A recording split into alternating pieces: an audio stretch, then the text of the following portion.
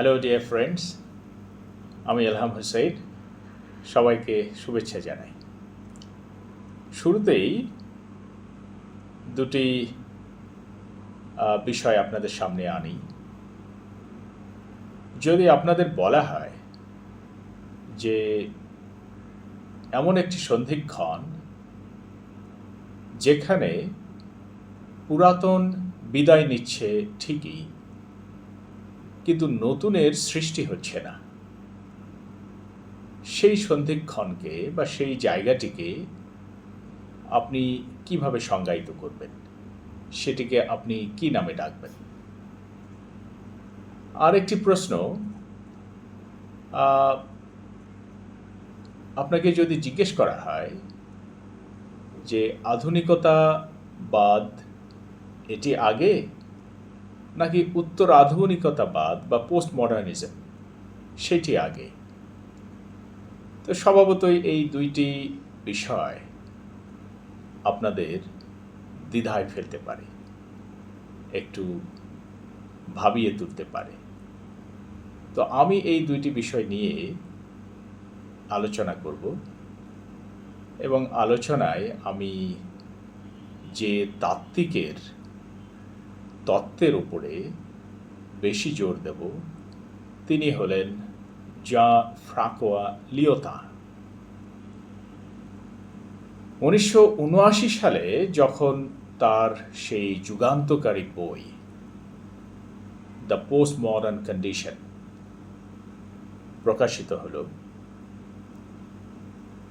তখন একটি বিষয় মানুষকে ভাবতে বাধ্য করল। সেটি হলো পোস্ট মডার্নিজম। আসলে পোস্ট মডার্নিজম, যদিও আমরা ইজম বলছি এটিকে, আসলে পোস্ট মডার্নিজম কোনো ইজম নয়। এটি একটি ভাবনার ধরন বলতে পারেন, এটিকে আপনি একটি চিন্তার রকম ধরন বলতে পারেন। এই গ্রন্থটি 1984 সালে ইংরেজি ভাষায় অনুদিত হয়, আর 1979 সালে এটি প্রকাশিত হয়েছিল ফ্রেঞ্চ ল্যাঙ্গুয়েজে বা ফরাসি ভাষায়। এবং অনেকেই মনে করেন যে এই গ্রন্থটি আধুনিক এবং উত্তরাধুনিক নিয়ে যে বিতর্ক মানুষের মধ্যে চলছিল, এবং এখনও আমিও একটু উস্কে দিলাম যে আধুনিকতা আগে নাকি উত্তরাধুনিকতা আগে, এইরকম বিতর্ককে উস্কে দিয়েছিল এই গ্রন্থটি। আরেকটি বিষয় এই গ্রন্থকে ঘিরে আছে, সেটি হলো অনেকেই মনে করেন যে পোস্ট মডার্নিজম শব্দটিকে সাধারণ মানুষের কাছে জনপ্রিয় করে তুলতে এই গ্রন্থটি ব্যাপক ভূমিকা পালন করেছে।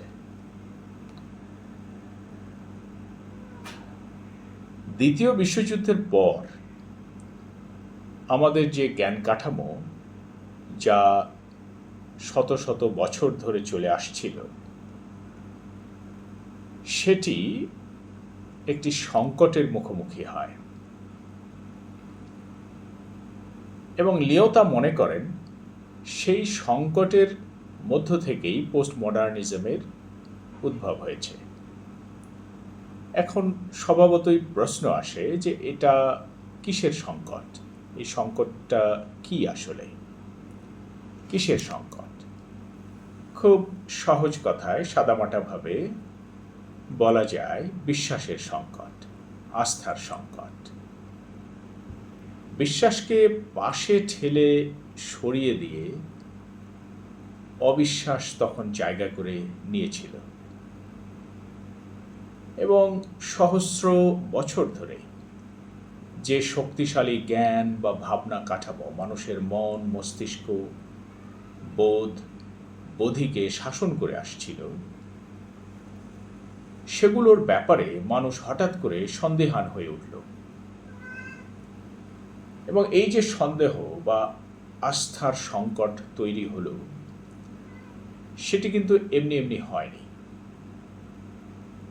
যেমন ধরুন, মানুষ যে বিশ্বাস ব্যবস্থার কথা বলে আসছে শত শত বছর ধরে, যে এই বিশ্বাস ব্যবস্থা আপনাকে শান্তির দিকে নিয়ে যাবে, শৃঙ্খলার দিকে নিয়ে যাবে, সমৃদ্ধির দিকে নিয়ে যাবে, যদি একদিন হঠাৎ দেখেন যে সেই বিশ্বাসের অজুহাতে, সেই বিশ্বাস ব্যবস্থার অজুহাতে কিছু মানুষ অন্য মানুষকে, আপনার প্রতিবেশীকে হত্যা করছে, তার উপর নিপীড়ন করছে, তখন আপনি স্বভাবতই সেই ব্যবস্থার প্রতি সন্দিহান হয়ে উঠবেন যে এটি তাহলে কিভাবে প্রগতির কথা বলে, কিভাবে শান্তির কথা বলে, যে বিশ্বাস ব্যবস্থার অজুহাতে মানুষকে হত্যা করা হচ্ছে, মানুষের রক্ত ঝরানো হচ্ছে। ঠিক একইভাবে দ্বিতীয় বিশ্বযুদ্ধের অভিঘাতে কিছু কিছু প্রপঞ্চ, যা মানুষের মন মগজকে শাসন করে আসছিল, যেমন মার্ক্সবাদ, উদারনীতিবাদ বা বিশ্বাস ব্যবস্থা, ধর্ম, এই প্রপঞ্চগুলো সন্দেহের কাঠগড়ায় এসে দাঁড়ায়। লিওতার মতে এই যে প্রপঞ্চগুলো, যেগুলো মানুষের মন মগজ বোধ বোধিকে শাসন করে, যেগুলো সমাজে হেজেমনি প্রতিষ্ঠা করে, এগুলোকে লিওতা বলছেন মেটা ন্যারেটিভ বা গ্র্যান্ড ন্যারেটিভ। বড় বড় বয়ান, গ্র্যান্ড মানে বড়। তো এই যে বড় বড় বয়ান বা বড় বড় সব যে ন্যারেটিভ, যেগুলো দিয়ে মানুষকে শাসন করা হয়, নিয়ন্ত্রণ করা হয়, এই গ্র্যান্ড ন্যারেটিভগুলো লিওতার মতে দুইটি প্রক্রিয়ায় কাজ করে। একটি হলো ইনক্লুশন মানে অন্তর্ভুক্তিকরণ, আর একটি এক্সক্লুশন বর্জনকরণ বা বের করে দেওয়া, ফেলে দেওয়া। অন্য সব যে ডিসকোর্স আছে বা প্রপঞ্চ আছে, সেগুলোও এভাবেই কাজ করে। যেটি গ্রহণ করলে এই প্রপঞ্চ শক্তিশালী হয়ে উঠবে, এর হেজেমনি দুর্দমনীয় হয়ে উঠবে, সেগুলোকে এই প্রপঞ্চগুলো গ্রহণ করে। আর যেগুলোকে গ্রহণ করলে রেজিস্ট্যান্স বা প্রতিরোধ তৈরি হতে পারে, প্রতি প্রপঞ্চ তৈরি হতে পারে, সেগুলোকে সবসময় বাইরে রাখে বা বর্জন করে। অর্থাৎ এর একটি অভিসন্ধি আছে, এই ন্যারেটিভগুলোর অভিসন্ধি আছে। এই অভিসন্ধি নিয়ে এটি এই ন্যারেটিভগুলো হেজেমনি প্রতিষ্ঠা করে বা একচ্ছত্রবাদ কায়েম করে। লিওতা মনে করেন যে এই সব একচ্ছত্রবাদী গ্র্যান্ড ন্যারেটিভ বা মেটা ন্যারেটিভ পোস্ট মডার্নিজমের অভিঘাতে ধসে পড়ে। পোস্ট মডার্নিজম আসলে এই গ্র্যান্ড ন্যারেটিভ বা মেটা ন্যারেটিভগুলোকে চ্যালেঞ্জ ছুড়ে দেয়, ভেঙে দেয়, ধসে দেয়। এবং এটি পোস্ট মডার্নিজম আসলে অনেক কণ্ঠস্বরের সমন্বয়কে উদযাপন করে। প্রান্তিকদের যে কণ্ঠস্বর, সেটিকে কেন্দ্রে নিয়ে আসার প্ররোচনা দেয়, আর কেন্দ্রকে চ্যালেঞ্জ ছুড়ে দেয়, ডিকনস্ট্রাক্ট করতে চায়, ভেঙে ফেলতে চায়। আর নতুন করে নির্মাণ করতে চাইলে তো ভাঙতেই হয়, ভাঙতে হবে। তাছাড়া যে কোনো নিয়ম যখন দীর্ঘদিন স্থায়ী হয়, টিকে থাকে, তখন সেটি একসময় নিপীড়ন যন্ত্রে পরিণত হতে পারে। ঠিক একইভাবে একটি সংস্কার যদি সময়ের সাথে না বদলাতে চায়, সময়কে ধারণ করতে না চায়, তখন সেই সংস্কারটাও কিন্তু কুসংস্কার হয়ে যেতে পারে। পরিবর্তন তো মানুষের এই গ্রহে টিকে থাকার অন্যতম প্রধান অনুষঙ্গ। মানুষ সময়ের সাথে বদলায় বলেই মানুষ টিকে থাকে। ডাইনোসর বদলাতে পারেনি, ডাইনোসর বিলুপ্ত হয়ে গেছে, মানুষ টিকে আছে, কারণ মানুষ বিবর্তনের পথ হেঁটে হেঁটে নিজেকে বদলাতে বদলাতে আজকে এই সাইবার টেকনোলজির যুগে এসে পৌঁছেছে। তো লিওতা আরেকটি বিষয়ের উপর আলোকপাত করেন, সেটি হলো বিজ্ঞান। বিজ্ঞানও যে একটি গ্র্যান্ড ন্যারেটিভ তৈরি করে এবং তার মধ্য দিয়ে একটি নিয়ন্ত্রণ যন্ত্রে পরিণত হয়, সেটিও তিনি দেখিয়েছেন। বিজ্ঞান বলছে যে বিজ্ঞান মানুষকে আলোকিত করে, বিজ্ঞান আলোকায়ন ঘটায়, মানুষকে মুক্তি দেয় জরাগ্রস্ততা থেকে, মানুষের অগ্রগতি সাধন করে। এই যে এভাবে বিজ্ঞানও একটা বয়ান তৈরি করে এবং সেটি যখন মানুষ বিশ্বাস করে, গ্রহণ করে, অ্যাকনলেজ করে, তখন তার প্রতি আনুগত্যও প্রদর্শন করে। এভাবে বিজ্ঞান মানুষের সমীহ অর্জন করে। কিন্তু দ্বিতীয় বিশ্বযুদ্ধের পর মানুষ দেখল যে এই বিজ্ঞান অগ্রগতি শুধু নয়, মানুষকে হত্যা করার কাজে ব্যবহৃত হচ্ছে। নিরীহ মানুষ, নিরপরাধ মানুষ, শিশু, বৃদ্ধ, নারী কিছুই জানে না, হঠাৎ তারা ছিন্ন ভিন্ন মাংসপিণ্ডে পরিণত হল। তারা জানলই না তাদের কি অপরাধ, অথচ তারা ছিন্ন ভিন্ন হয়ে গেল। তো এই যে বিজ্ঞানের যে অপব্যবহার, সেটি কিন্তু মানুষের মনে এই বিজ্ঞানের যে গ্র্যান্ড ন্যারেটিভ, বিজ্ঞানের যে একচ্ছত্রবাদ, সেটির ব্যাপারে মানুষকে সন্দিহান করে তোলে। যে তুমি বলছো তুমি আমাকে আলোকিত করছো, তুমি আমাকে মুক্তি দিচ্ছ, আমার অগ্রগতি সাধন করছো, কিন্তু তুমি তো আমাকে হত্যাও করছো।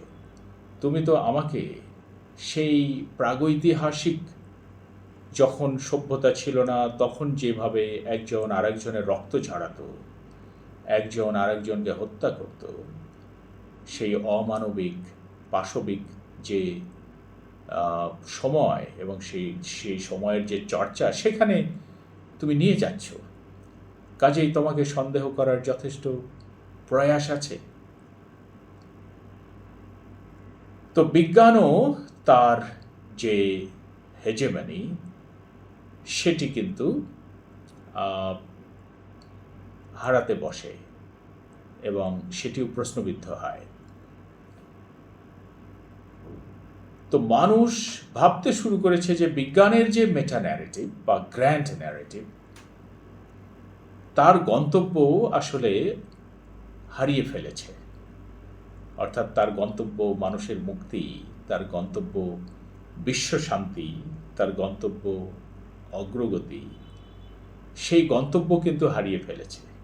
কারণ সেই বিজ্ঞান এখন মানুষে মানুষে হানাহানি, মানুষে মানুষে রক্ত ঝরানোর যে বা জিঘাংসা বৃত্তি, সেটিকে ত্বরান্বিত করছে, শক্তিশালী করছে। এবং কেউ কেউ এই বিজ্ঞানের আশ্রয়ে প্রশ্রয়ে পৈশাচিক হয়ে উঠছে। তো এই অগ্রগতি বা এই যে মুক্তি অথবা এই যে আলোকায়নের যে বিজ্ঞানের গন্তব্য, সেটিকে আর সত্য বলে মানছে না। মানুষের মধ্যে সন্দেহ তৈরি হয়েছে। কেন? সেই জায়গায় কি বিষয় কাজ করছে? সেখানে যে বিষয়টি কাজ করছে সেটি হলো পারফরমেটিভিটি, পারফর্ম থেকে পারফরমেটিভিটি, যার সহজ বাংলা হতে পারে কাজ, বা আর একটু শক্ত বাংলা হতে পারে ক্রিয়াত্মকতা, মানে কাজ, সহজ কথা, ক্রিয়া। অর্থাৎ আপনি যা বলছেন সেই ন্যারেটিভের চাইতে আপনি যা করছেন সেটি আসলে আপনাকে বিচার করার জন্য বিবেচনা করা হবে। অর্থাৎ আপনি যা পারফর্ম করছেন সেটি বিচার্য, আপনি যা বলছেন সেটি নয়। এই বিষয়টা একটা প্যারাডাইম শিফট হলো। আমরা যা শুনতাম তাই বিশ্বাস করতাম, তাহাই সত্য বলে মানতাম, কিন্তু সেই জায়গাটা এই যে দ্বিতীয় বিশ্বযুদ্ধের পর মানুষ যে অভিঘাতে ট্রমাক্রান্ত হলো, মানুষের যে এক্সট্রোভার্সন ইন্ট্রোভার্সনে পর্যবসিত হলো, মানুষের যে সভ্যতা নিয়ে গর্ব ছিল, বড়াই করত মানুষ, সেটি যে ধূলিসাৎ হয়ে গেল। মানুষ বিভীষিকা দেখল যে কিভাবে পারমাণবিক বোমা এই মানুষের উপরেই প্রয়োগ করা হচ্ছে।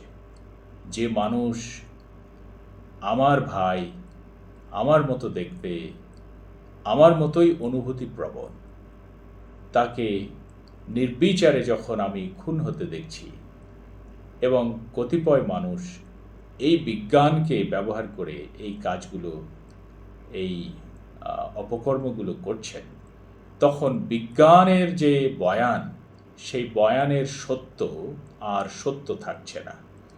আমি বিজ্ঞানকে সংজ্ঞায়িত করছি তখন পারফরমেটিভিটি দেখে, অর্থাৎ ক্রিয়াত্মকতা দেখে, কাজ দেখে। এখন এই পারফরমেটিভিটি বিষয়টা কি আরেকটু বলি। ভাষাবিজ্ঞানী জে.এল. অস্টিন তিনি বলেছেন যে কিছু কিছু শব্দ শুধু উচ্চারণ করলেই কাজ করা বোঝায়। যেমন ধরুন, খুব সহজ এবং আপনাদের জানা একটি দৃষ্টান্ত দেই। বিয়েতে যখন বর কনে কবুল শব্দটি উচ্চারণ করছেন, এই কবুল শব্দটি সাথে সাথে একটি পারফরমেটিভ বিষয় সামনে আনছে, যে কবুল মানে হলো যে আজকে থেকে তাদের, অর্থাৎ এই বরকনের যে জীবন চলা, তাদের চিন্তা, এই সবগুলো এখন বদলে গেল। অর্থাৎ তারা এখন দুজন স্বামী স্ত্রী হিসেবে বসবাস করবেন। এই যে একটা শব্দ কবুল, এই শব্দটি উচ্চারণ করার সাথে সাথে, বা I accept you as my wife অথবা I accept you as my husband, এই শব্দগুলো উচ্চারণ করার সাথে সাথে কিন্তু জীবনের যে গতি, জীবনের যে দিক, ডিরেকশন, সেটি কিন্তু বদলে গেল। এই যে শব্দ কবুল, এই শব্দ, এরকম অনেক শব্দ আছে, এই শব্দগুলোকে আমরা বলছি ক্রিয়াত্মক শব্দ, মানে যে শব্দগুলো উচ্চারণ করলে আসলে কাজ বোঝায়, কাজ করা বোঝায়, যেগুলো পরিবর্তন সাধন করে, এই রকম কাজ করা বোঝায়। অর্থাৎ এখন আর জ্ঞান বা আইডিওলজি নয়, শুধুই কাজের যুগ। এই যে সব গ্র্যান্ড ন্যারেটিভগুলো তাদের যে আস্থার জায়গা হারাচ্ছে, হারিয়ে কোন জায়গায় আমাদের পৌঁছে দিচ্ছে, যে আমরা এখন ক্রিয়াত্মকতা বুঝি। কাজ দিয়ে আমরা কোনো বিষয়কে, কোনো ন্যারেটিভকে বা কোনো ব্যক্তিকে অ্যাসেস করি, মূল্যায়ন করি। কাজ, এই মনোভঙ্গি কিন্তু এখন আমাদের সবার মধ্যে, এমনকি আমাদের শিক্ষা ব্যবস্থার মধ্যেও প্রচলিত। যেমন ধরুন, একটা সময় আমরা ভাবতাম যে শিক্ষা প্রতিষ্ঠানের কাজ জ্ঞান উৎপাদন করা, সত্য উৎপাদন করা, সত্যের চর্চা করা, সত্যের লালন করা। আমরা ছোটবেলায় যখন প্রাথমিক বিদ্যালয়ে পড়েছি, আমাদের একটি ক্লাস ছিল, হাতের লেখা চর্চা করার ক্লাস। সেখানে খাতার একেবারে প্রথম লাইনে আমাদের শিক্ষক লিখে দিতেন, মিথ্যা বলা মহাপাপ। আমরা নিচে নিচে এই একই বাক্য বারবার লিখতাম। হাতের লেখাও সুন্দর হতো, আবার ওই কথাটুকু আমাদের মনে গেঁথে যেত। আবার আরেক দিন হয়তো খাতার আরেক পাতায় লিখে দিতেন, সদা সত্য কথা বলিবে। আমরা নিচে নিচে লিখে যেতাম এবং ওই কথাটুকু আমাদের মনে গেঁথে যেত যে হ্যাঁ, সত্য বলতে হবে। এই যে জ্ঞান অর্জন করতাম আমরা, এখন একটা প্যারাডাইম শিফট হয়ে গেছে। এখন বলছে যে না, শিক্ষা প্রতিষ্ঠানের কাজ জ্ঞান অর্জন, জ্ঞান উৎপাদন নয়। শিক্ষা প্রতিষ্ঠানের কাজ জনশক্তি তৈরি করা। এই জনশক্তি বাজারের জন্য তৈরি করা, অর্থাৎ চাকুরির বাজারের জন্য। চাকুরির বাজারে যে জনশক্তির চাহিদা আছে, শিক্ষা প্রতিষ্ঠান সেই জনশক্তি উৎপাদন করার কাজ করছে। তো কিভাবে? এই জনশক্তিকে কিছু স্কিল বা দক্ষতা শিখিয়ে দিন, সফট স্কিল, হার্ড স্কিল শিখিয়ে দিন, তারা চাকুরির বাজারে গিয়ে সেই স্কিল ব্যবহার করে তারা অর্থ উপার্জন করবেন এবং জীবন নির্বাহ করবেন। এবং এটি আমরা এটা মানি বা না মানি, মানতে হয়তো একটু কষ্টও হতে পারে আমাদের, কারণ আমরা তো অনেক দিন ধরে অন্য একটা ছকের মধ্যে ছিলাম, ভাবনার, কাজের, দৃষ্টিভঙ্গির। তো সেখান থেকে আমাদের তো বেরিয়ে এসেছি, আসতে বাধ্যও হয়েছি। আবার সেটাকে আমরা ডিফেন্ডও করছি যে হ্যাঁ, এটিই বাস্তবতা। এই সমস্ত কথা বলে যে আমাদের সবার সাথে চলতে হবে, আমাদের গ্লোবাল হতে হবে, বৈশ্বিক হয়ে উঠতে হবে, এসব কথা বলে আবার সেই বিষয়টাকে আমরা ডিফেন্ডও করছি। তো বিষয়টা হলো এখানেই যে জ্ঞান বা সত্য কিন্তু এখন আর আপনার গন্তব্য নয়। অবস্থা দৃষ্টে তাই মনে হচ্ছে যে স্কিল শেখানো, যে আপনার চাকুরির বাজারে যে জনশক্তি দরকার সেটি আপনি উৎপাদন করুন, করে পাঠিয়ে দিন চাকুরির বাজারে। অর্থাৎ এখন আপনি দার্শনিক বানাবেন, আপনি বড় লেখক বানাবেন, এটি কিন্তু আর আপনার সামনে নেই। আপনার সামনে আছে যে ওই বাজারের জন্য আমার কি জনশক্তি দরকার সেটি উৎপাদন করতে হবে। সেটি যত ভালোভাবে উৎপাদন যিনি করবেন তিনি তত বেশি সফল। তো তাহলে দেখুন, এই যে সত্য থেকে সরে যাওয়া, জ্ঞান থেকে সরে যাওয়া একটা বড় রকমের শিফট হয়েছে, প্যারাডাইম শিফট। প্যারাডাইম শব্দের অর্থ হলো প্যাটার্ন। আসলে যে আমাদের চিন্তার, ভাবনার, আমাদের ভাবনা কাঠামোর একটা প্যাটার্ন আছে। সেই প্যাটার্ন হয়তো হাজার হাজার বছর ধরে চলে আসছিল। মাঝখানে কোনো এক অভিঘাতে সেই প্যাটার্ন চেঞ্জ হয়ে গেছে, অন্যভাবে ভাবছি আমরা, সেটিকেই আমরা বলছি প্যারাডাইম শিফট। শিফট মানে বদলে যাওয়া, স্থানান্তরিত হওয়া, এক জায়গা থেকে আরেক জায়গায় যাওয়া। তো এই যে ব্যাপার, এটি কিন্তু আরও বেশি ঘটতে লাগলো, আরও দ্রুত গতিতে ঘটতে লাগলো দ্বিতীয় বিশ্বযুদ্ধের পর। অনেক আগেই শুরু হয়েছিল, রেনেসার যুগে শুরু হয়েছিল, ইন্ডাস্ট্রিয়ালাইজেশন হয়েছে, মাঝখানে আলোকায়ন হয়েছে, এই প্রক্রিয়ায় চলে আসছিল। কিন্তু এটি আরও গতিপ্রাপ্ত হলো, একেবারে বেপরোয়া গতিপ্রাপ্ত হলো দ্বিতীয় বিশ্বযুদ্ধের পর। তো একই সূত্র ধরে লিওতা সংস্কৃতির কথাও বলেছেন। তার মতে পপুলার বা জনপ্রিয় সংস্কৃতি বলতে যা বোঝায় তা আসলে যা ইচ্ছা তাই সংস্কৃতি, যাচ্ছে তাই।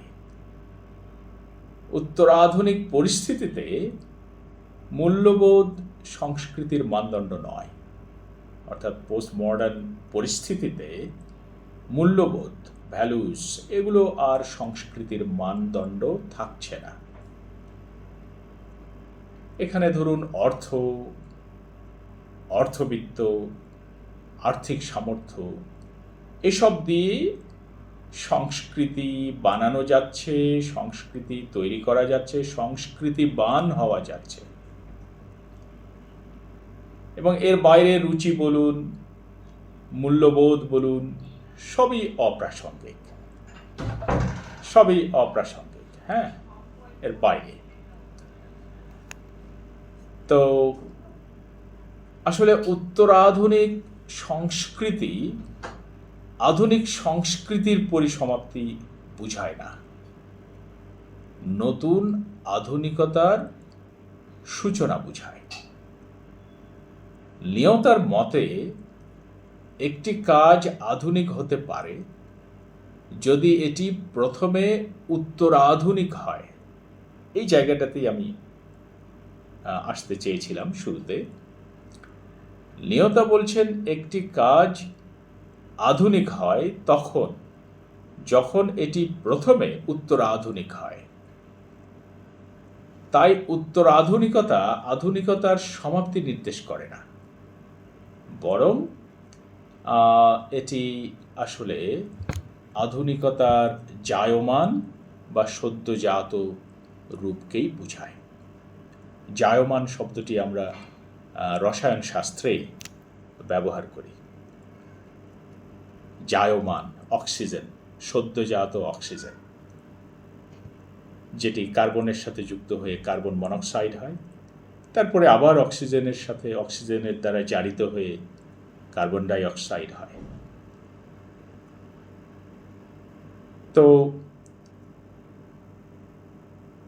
আরেকটি বিষয় আমি বলে শেষ করছি, যেমন স্টিভেন কনরের মতে দ্য পোস্ট মডার্ন কন্ডিশন, এই গ্রন্থটি যে গ্রন্থের আলোচনা দিয়ে শুরু করেছিলাম, সেটিকে আসলে গ্রন্থগত জ্ঞান ও সাম্প্রতিক সময়ের যে প্রতিষ্ঠানগুলোর রূপকালঙ্কারিক উপস্থাপনা, সেটি হাজির করেছে এই গ্রন্থটি পোস্ট মডার্ন কন্ডিশন। এটি আসলে এটিকে গ্রন্থগত জ্ঞান ও সাম্প্রতিক সময়ের প্রতিষ্ঠানগুলোর রূপকালঙ্কারিক মেটাফরিক্যাল প্রেজেন্টেশন হিসেবে তিনি চিহ্নিত করেছেন।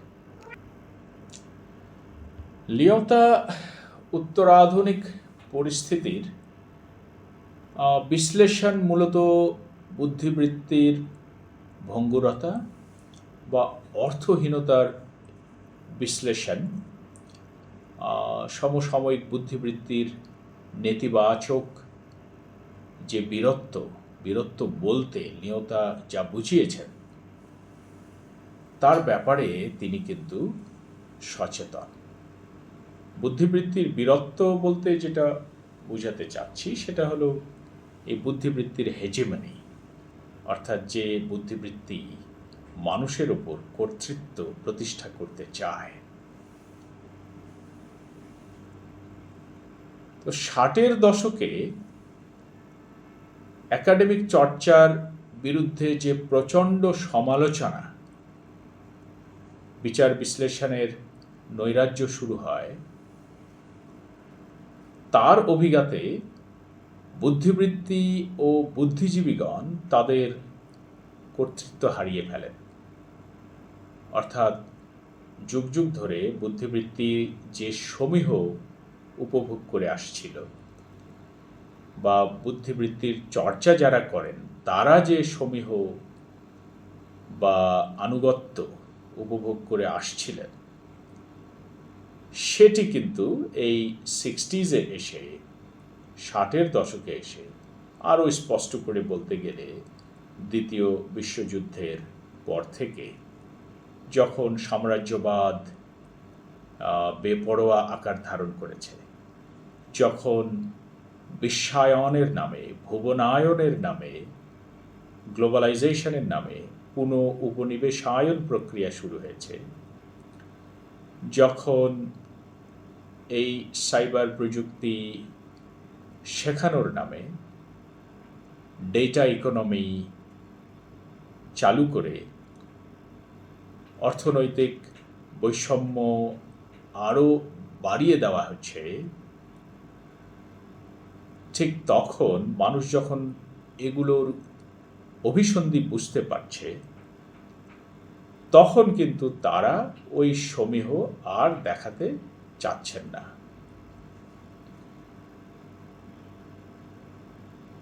এবং কথা প্রসঙ্গে আমি অ্যাঞ্জেলা ম্যাকরবি বলে একজন তাত্ত্বিক আছেন, তার একটু উদ্ধৃতি উল্লেখ করতে পারি। তিনি বলছেন, উত্তরাধুনিকতা মূলত নতুন এক ধরনের বুদ্ধিবৃত্তির সমর্থন করে, যেটি পূর্বে মেটা ন্যারেটিভ সমূহের দ্বারা নিয়ন্ত্রিত ছিল। এই মেটা ন্যারেটিভগুলোর স্বভাব চরিত্রে বৈশিষ্ট্যে পিতৃতান্ত্রিক এবং সাম্রাজ্যবাদী। এই যে ব্যাপারটি দেখুন, যে ওই সময় কিন্তু নারীবাদেরও বেশ বিকাশ সাধন হচ্ছে। তো তখন স্বভাবতই প্যাট্রিয়ার্কাল যে হেজেমনি, এই ন্যারেটিভগুলো চর্চা করে আসছিল, সেই বিষয়টাও কিন্তু সেই দৃষ্টিকোণ থেকেও কিন্তু দেখা হচ্ছে। এবং সেদিক থেকেও এই ন্যারেটিভগুলো, এই গ্র্যান্ড ন্যারেটিভগুলো চ্যালেঞ্জের মুখে পড়ছে, যে এরা কর্তৃত্ববাদী, এরা প্যাট্রিয়ার্কাল, পিতৃতান্ত্রিক এবং জেন্ডার বায়াসড, সর্বোপরি সাম্রাজ্যবাদী।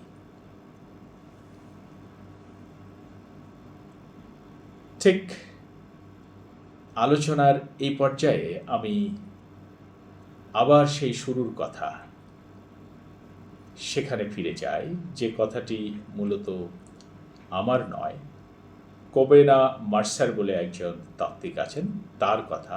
তিনি বলেছেন যে উত্তরাধুনিকতা আসলে বুদ্ধিবৃত্তির এমন একটি সম্মিলনকে বা সন্ধিক্ষণকে বোঝায়, যেখানে পুরাতন বিদায় নিয়ে চলে যায়, কিন্তু নতুনের আর সৃষ্টি হয় না। আমরা তো জানি পুরাতন বিদায় নেয়, সেই জায়গায় নতুনের আগমন ঘটে। কিন্তু পোস্ট মডার্নিজম এমন একটি জায়গাকে নির্দেশ করছে, যে জায়গায় পুরাতন বিদায় নিচ্ছে, পুরাতন তার সমীহ হারিয়ে ফেলছে, পুরাতন তার হেজেমনি হারিয়ে ফেলছে, কিন্তু নতুন কিছু তৈরি হচ্ছে না। অর্থাৎ একটি বিশৃঙ্খলা রয়েই যাচ্ছে। এই বিশৃঙ্খলার মধ্যে শৃঙ্খলা যিনি খোঁজেন, তিনি আধুনিক মানুষ।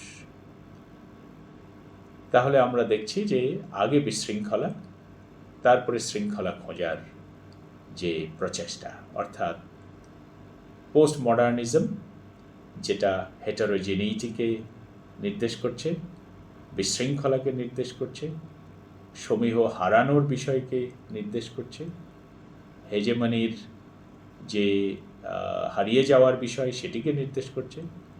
আর সেখান থেকে যিনি আবার শৃঙ্খলার দিকে যেতে চাচ্ছেন, খুঁজছেন, যেমন টি.এস. ইলিয়ট বলছেন শান্তি শান্তি শান্তি, শান্তি খুঁজছেন তিনি আধুনিক।